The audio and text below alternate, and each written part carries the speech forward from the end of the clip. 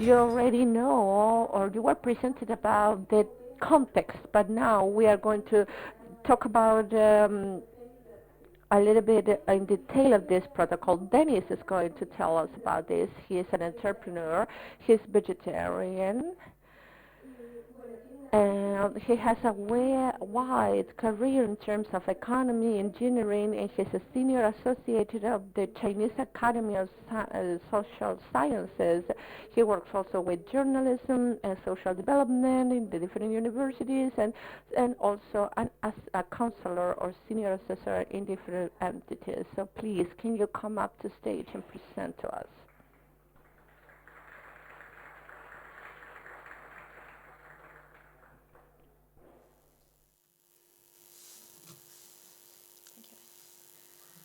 Thank you. I'm sorry I don't speak Spanish, and as you don't speak much Swedish, I guess, I think we can do this in English. Thank you for allowing me to be here, one of the most exciting countries on the planet, really when we move into the solar time that we're now entering into. I'm going to talk about the framework for assessing avoided emissions and this idea of how do we make sure that we find these 1.5 compatible solutions to really create the tomorrow? And, I'm going to give the end already now. Basically, how do we bring solution agenda for action at COP25, where Chile can bring more than its own emissions in solutions, 150 million tons, but also that we challenge the rest of the world. So we can make a shift from problems to opportunities. For so long, been focusing on climate as a problem. You should not do this. You should reduce that. But we need to talk about how we create tomorrow, the exciting solutions that we have. And that's what I'm going to talk about here today.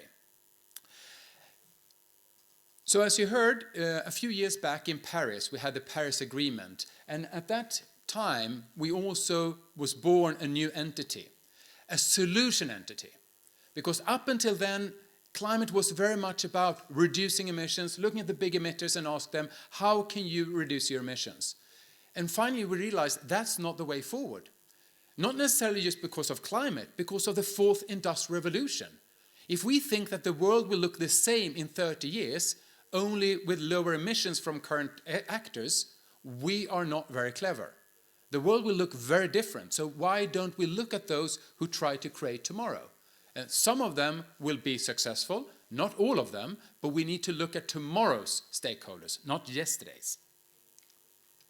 Because what we see now, and this is not, I'll start not the most happy reading, most of the current actions, including climate actions, are not compatible with 1.5. And it's important to note the last part also within parentheses. Much of the things we call climate solutions are not really 1.5 compatible. Many of those are made in the West, in countries like Sweden. They are too expensive and too advanced or use too much resources to be used by everyone on the planet. So they might look good on paper, but they're not really part of a 1.5 compatible agenda. And we also see that in financial sectors. Many of those are claiming that they have green initiatives, they have green things and climate things.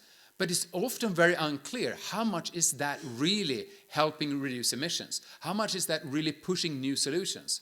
There's a lot of discussion about divestments. Sometimes people also say sustainability is really complicated and it's really tough and we need more data. And I think that's fundamentally wrong because it's actually quite simple. And it's math. And even you who don't like math, I think this one is something you can bear with me. How many planets do we have? Yes. It's not much more difficult than that. And then we need to think about, we're going to be soon 10 billion people. So sustainability. How do we make sure that 11 billion people can live a good life on this planet? And that is 1.5 compatible solutions. If you then start to say how much emissions reduction, blah, blah, blah, blah, blah, blah, blah, ask, is this solution possible to use in a world with 11 billion people? One planet, 11 billion people. Don't overcomplicate things. And this is really what the problem is also. Many around the world, especially the rich countries, is that we talk about low carbon, we talk about all these things, but it's not compatible. We are actually now in a lock-in situation. Things that we call low carbon and climate friendly is only marginally better than the old. So you say, but isn't everything that is reducing emissions good? No. We need to go to zero carbon. We need to have a 1.5 compatible. That's the focus. Not how much emission you reduce, it's not how green it looks in some paper or some nice PPT, it's just looking at the actual reality. Can 11 billion people live in a zero carbon economy with a good life? And that's where even the more conservative stakeholders like the International Energy Agency said that. We have a big problem now. We keep on building things that are not smart enough. And please don't look into the details, but I think one of the major things that we have here is also something that Nicholas was talking about, is that climate was born in a very different time. When we met in Rio for the climate, when his first image on when the climate negotiations were started, and also in Kyoto, the largest companies were fossil companies on the planet. Those were dominating. Their idea of a carbon future was, we will always have coal and oil, solar, we can laugh at that. You just need to go back there and see how people were talking about renewables. So the only way forward was CCS, carbon capture and storage. We can't do much. We need to just capture the carbon we have. So that was the idea. And much of the work that we have now with carbon taxes, carbon reporting, is still based on that problem view. That we're trying to push old companies that are not really willing to go to low carbon with us, rather than try to support the solution providers. Because now, if you look at 14 of the 20 largest companies, in 92 were fossil companies, now it's 2. And I don't know how many of you were around, but when I was in Kyoto in 97, these companies were saying, we should not reduce emissions. It's too costly, it's too problematic, we need to keep polluting. And climate change might not even be an issue. Now that's not longer an issue. Now we have, even the fossil fuel companies are admitting that there is a problem. So we live in a very different world. And that was what Mission Innovation was created, that so many of our initiatives, so much of our work is built on this old idea, on problems and unwillingness to do something. How do we change that? And welcome, because I think that the challenge has been that those who've been talking about exciting new solutions, many of them did not come from the environmental sector. The environmental sector NGOs, I used to work for WWF, we were working with environmental labels.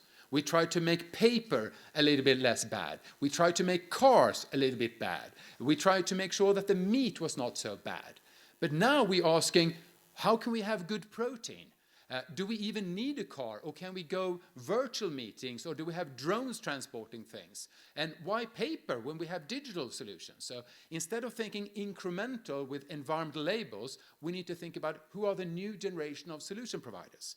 Because we are in this phase where even if you go to Davos or any big business meeting today, the challenge is climate is a big issue, but an even bigger one is the transition that society is going through, primarily through the digitalization, that we're going into a fundamentally different world. Because we're used to this world. Neoclassical economics is about an equilibrium. You have a little bit of higher tax or lower tax, or you have a bit of labels and you purchase a little bit more and you purchase a little bit less, and you tweak things like that. And it's okay. For 150 years, this was the case. Cars were improving slightly, fridges were improving slightly, paper was improving slightly, and then bam, the world looks different. All of a sudden, it's not just about how do you as a CD provider is making better CDs. All of a sudden, you're streaming. All of a sudden, as a car provider, you're saying, oh, I'm not selling cars anymore, I'm selling mobility. Or am I? What am I doing? The chairman of Ford said, I don't know what my company is anymore. We used to be a car company, but that is obviously not the future. So all of a sudden, we need to ask ourselves much more fundamental questions. And then we also need to ask, are we doing the right thing? Are we using the kind of steering tools to move us in this right direction? So this is the most complicated, I'll show, but I think it's also probably the most important. And that is that we have moved away from a very reactive approach. When climate change was started, basically the first response was, oh, but we'll put mirrors up in space. We'll keep on polluting, but we'll make sure that the sun doesn't heat us up. And then if that wasn't really crazy enough, then we said, oh, but we'll keep on polluting, but we'll find some technologies that just can suck down the CO2. And we might laugh at that today, but only 20, 30 years ago, that was the normal thing to think. Because no one can think that the world will have coal for 200 years more. And then, some crazy people said, but we didn't leave the Stone Age because there was a lack of stones. So why should we wait until we run out of coal? Are there smarter ways of providing these needs? And then we moved a little bit more into providing renewable energy. And we have this idea of 100% renewable energy. But even that was not very clever. Because many of those initiatives basically said, let's keep everything and just change fuel. And now, we are in this world now when we look at smart energy demand. How do we live in the future? What kind of nutrition? What kind of mobility? We're asking fundamental questions on the new opportunities. And that's where mission innovation is working. Of course, we should still do research on CCS, and we should still, accelerate renewable uptake, but we should realize that our focus should be, how do we make people live a better life using the smartest way there is? And if you thought the last one was complicated, I just wanted to give you a glimpse of what the scientist says. But it's actually not very complicated. If you look at this and say, that's a crazy nest, is it spaghetti or no, is it something that I can actually use? But what this really tells is that on this side is measures to reduce emissions. If you focus on your cars, your big utilities, and you say, how do we make sure that those are reducing emissions by more renewables or other technologies? The other side, asking a fundamental different question. How can you get the mobility you need? How can you get the food you need? Or nutrition, if I'm even more correct. How do you get those fundamental needs? How do you live in here? Instead of asking, do you need energy? How do you get light, a comfortable temperature, the core needs in society? And that's what IPCC's new studies are showing. That's the way forward, because that is also not when we solve the climate solutions, but also other sustainability goals. And just take a simple examples. If you think about a car, that's usually the old way of thinking. Oh, the car is polluting. Maybe we can have a carpool, or maybe we can have a biofuel car, or electric cars, maybe even sharing some cars, if we're really radical. But if we take a step back and ask, why and how should we have mobility? Maybe we should have transport things with drone instead, or maybe we have laptops using the digital technology, so we don't even need to go there. 3D printers, do we need to ship things even?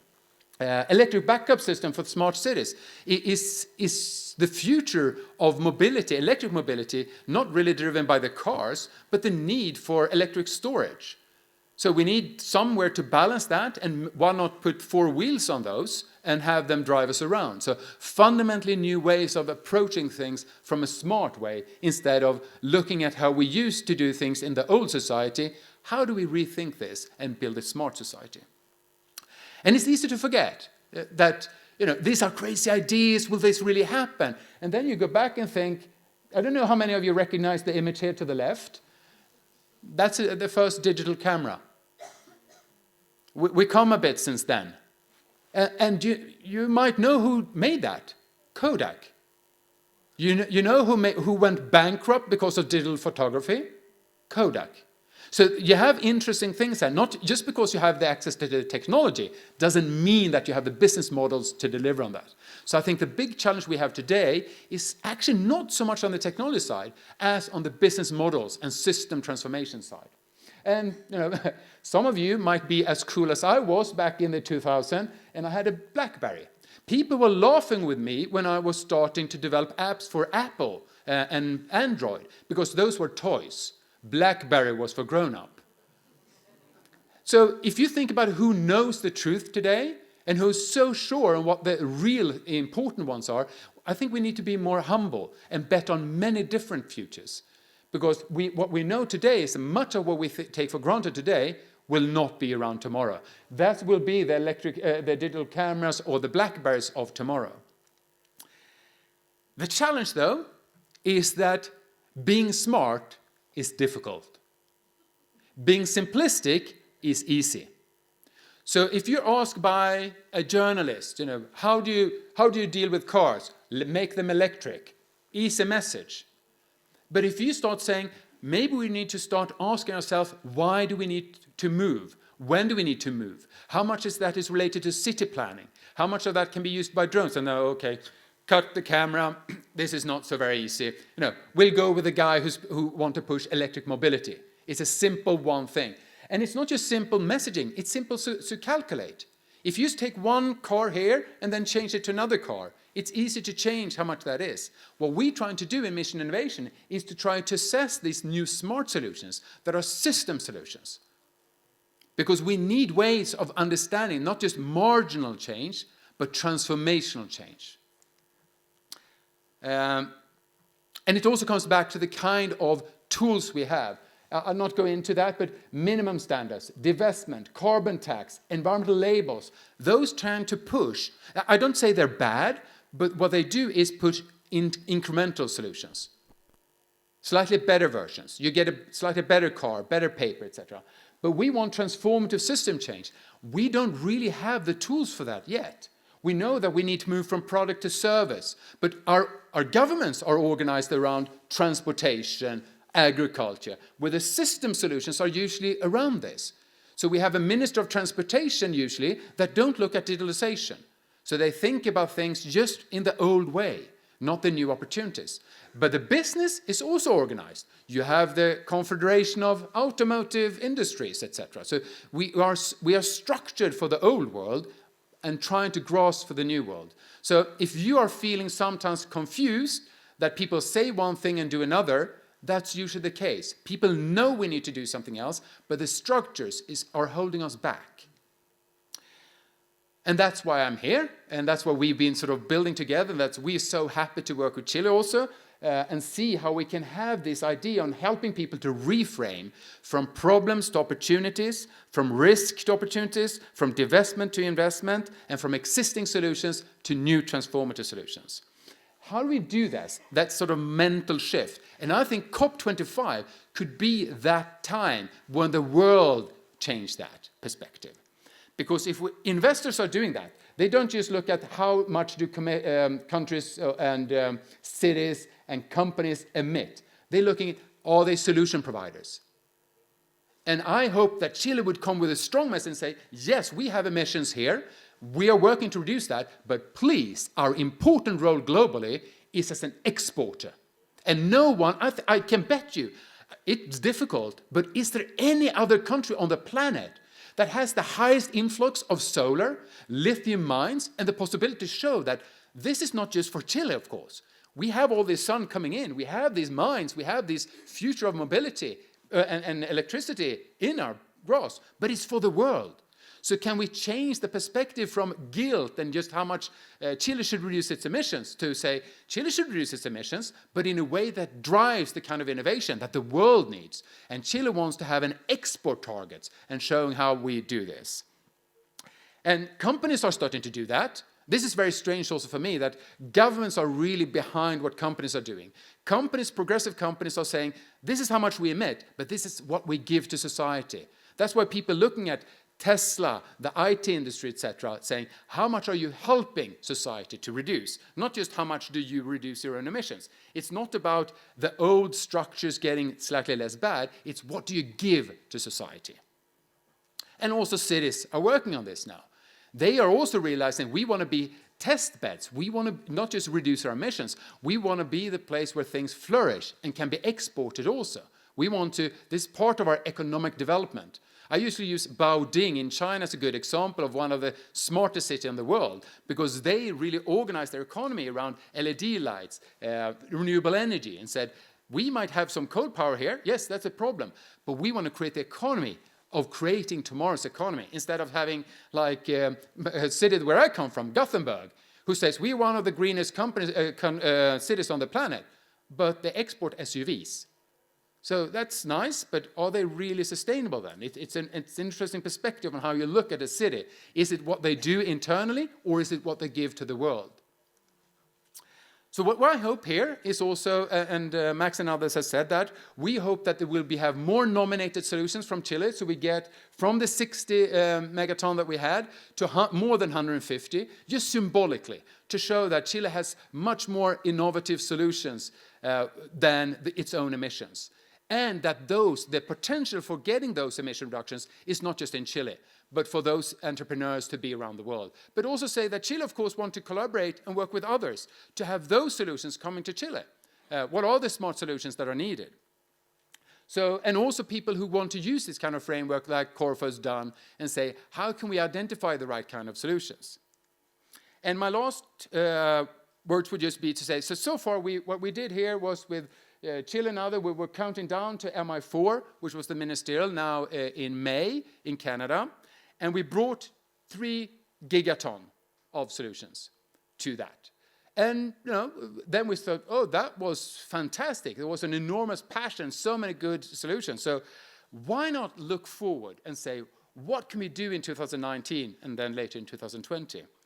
What about if COP25 became the place when we moved from risk to opportunity, from reductions to solutions, and from incremental to transformative? If that would be the solution, the actions that is actually happening here.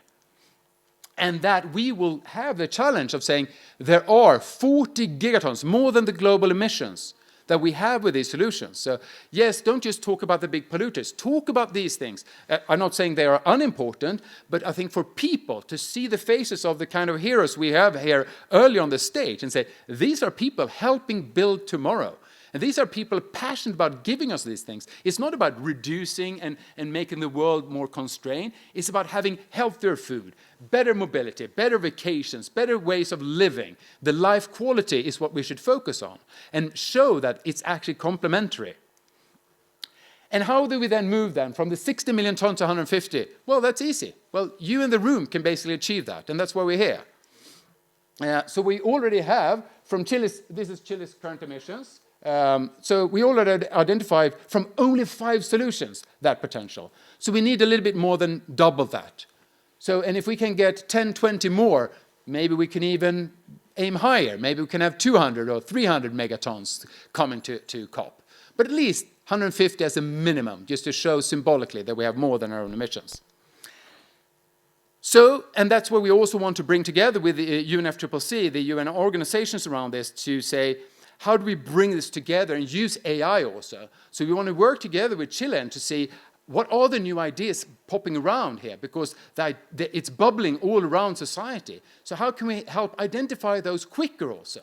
Because we have these excellent programs, but can those be accelerated further?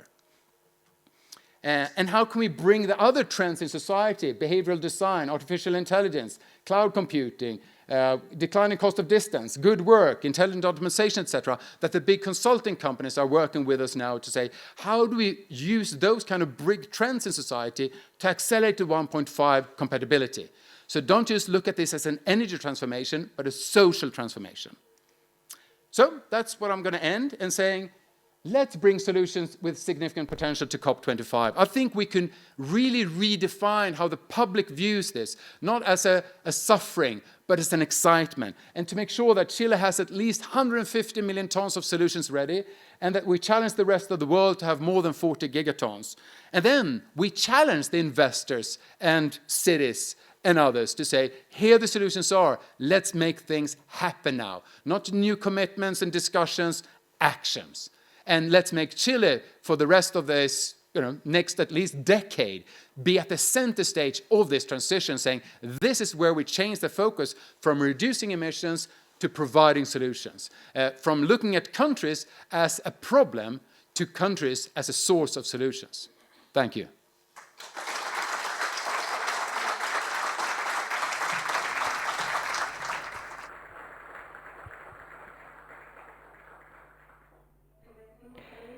Thank you, Dennis, for your presentation. And no doubt we keep this message that we have this task of dealing with this from a different perspective, from the solution and not as a problem.